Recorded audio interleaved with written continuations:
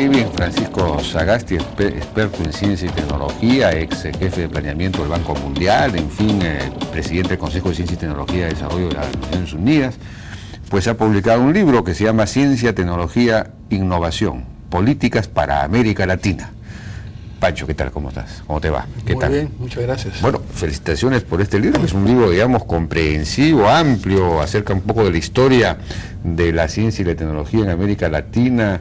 Y señalas ahí que en América Latina hay unos, digamos, hay un pensamiento latinoamericano en ciencia y tecnología, pero que desgraciadamente no se ha, digamos, no se ha concretado, digamos, en un desarrollo real de ciencia y tecnología. ¿Cómo es esto? ¿En qué consiste ese pensamiento? Bueno, mira, a lo largo de muchos años, sobre todo a partir de los años, fines de los 40 y 50, en América Latina empezó a plantearse un conjunto de ideas sobre lo que es el desarrollo, sobre lo que es la ciencia y la tecnología. Y durante los años 50 y 60 tú tenías las dos cosas en paralelo.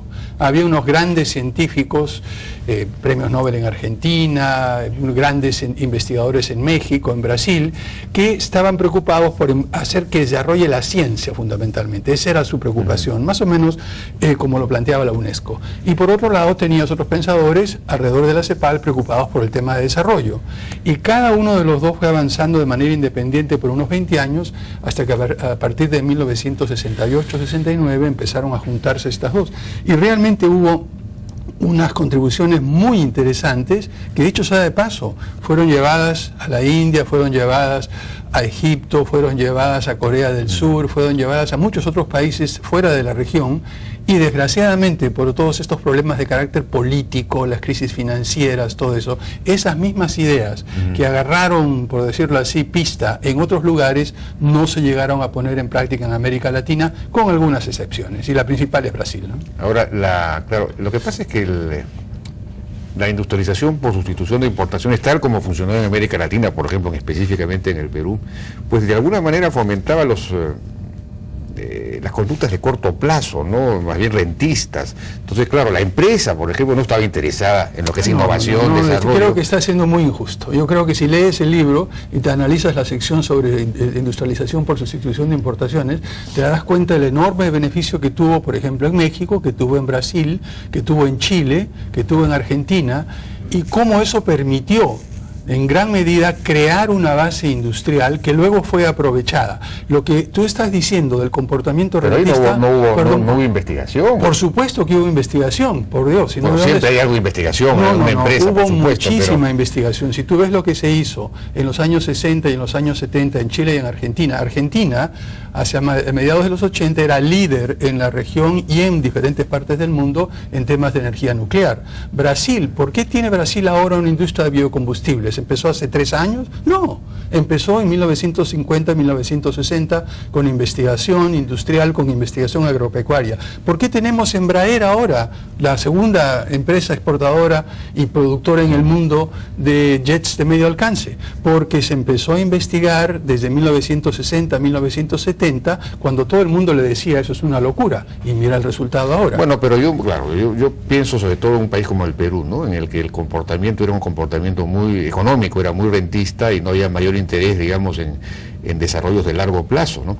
Ahora, en cambio, estás integrado al mundo, tienes que competir. Si no compites, si no desarrollas tu productividad y tu competitividad, entonces necesitas investigar, necesitas adecuar, necesitas tener nuevos productos, necesitas diversificar. No, los necesitabas también antes. Lo que tienes razón es que no se hace ahora. No, antes tenías un mercado cautivo, un mercado cerrado. No, había que importar tecnología y eso se hizo en gran medida. Piezas y partes, se produjo tecnología. Bueno, y ahora ¿qué es lo que tienes, no? Está empezando a cambiar, pero muchos empresarios recién a partir de hace 4 o 5 años o menos todavía ya están obligados a hacerlo. Están obligados a hacerlo. De la misma manera.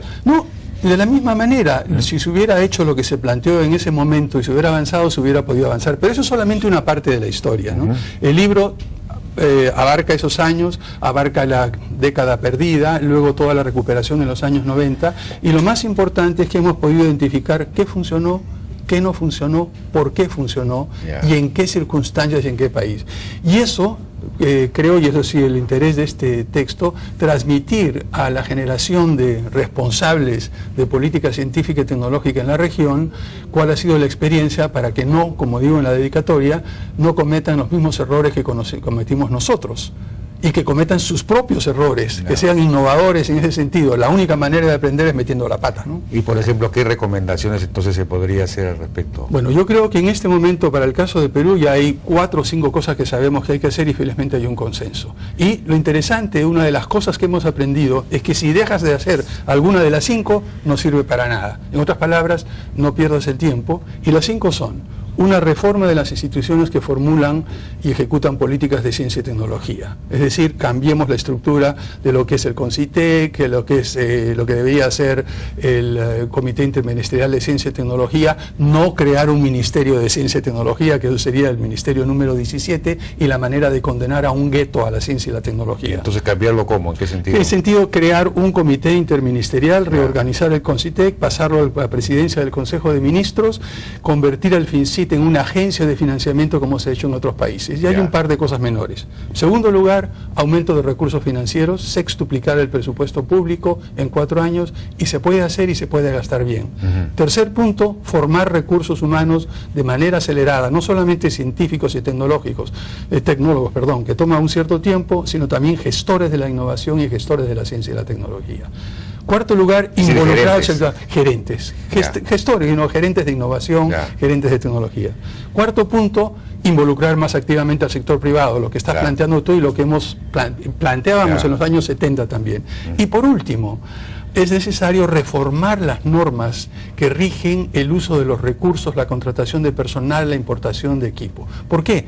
Si hacemos todo lo anterior y seguimos manteniendo un sistema de administración pública que te impide contratar a un investigador científico y pagarle bien, o si es que tienes un sistema de importaciones que cuando traes un reactivo sumamente delicado, que solamente tiene vigencia un mes, y en la aduana se demora 6 semanas en sacarlo, bien. Entonces, lo que hay que hacer, y para eso es posible crear un régimen de excepción a las actividades debidamente calificadas como ciencia, tecnología e innovación, que reciban recursos del Tesoro Público, recursos públicos, a ellos se les exceptúa de todas estas normas, se hace temporalmente y se crea un nuevo régimen de manera exploratoria y de manera temporal, se evalúa y se hace un seguimiento, y a los 4 años se dice si funciona o no. Y eso sería, dicho sea de paso, una manera de experimentar en vivo con la reforma del Estado. Extraordinario, eso efectivamente habría que hacerlo. ¿Se advierten ya algunas líneas de investigación en las que el Perú, digamos, podría especializarse, en las que podría tener ventajas competitivas? Definitivamente, todo lo vinculado a biodiversidad, biotecnología, y cuando digo biotecnología me refiero al uso de biotecnología en minería, en industria, en enzimas, en agricultura, etcétera, y todo lo que es la aprovechación el aprovechamiento de la biodiversidad.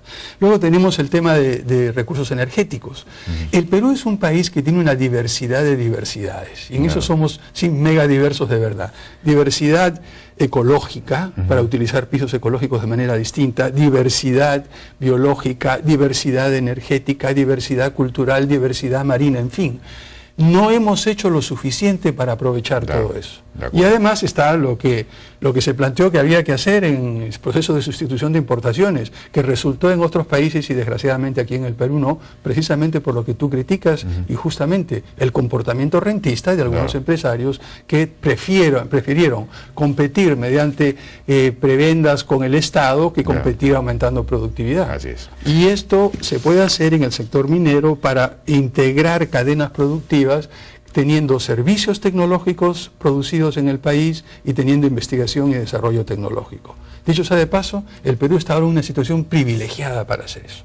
No estábamos así tan bien, con recursos financieros, estabilidad económica, consenso entre la academia, entre los funcionarios públicos, entre los investigadores y las empresas. El próximo gobierno tiene la mesa servida, ya sabemos lo que hay que hacer en ciencia, tecnología e innovación, y hemos demostrado, y el ejemplo de FINCIT que dirige Alejandro Fuso es lo mejor, que se pueden hacer las cosas bien y rápido, sin desperdiciar un centavo y teniendo resultados extraordinarios.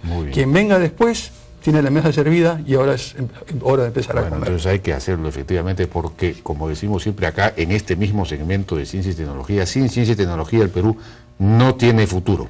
Francisco Sagasti, muchas gracias y felicitaciones por este libro, Ciencia, Tecnología e Innovación, Políticas para América Latina. Muy bueno, es el resultado de un trabajo de muchos años. Vamos a una pausa y regresamos.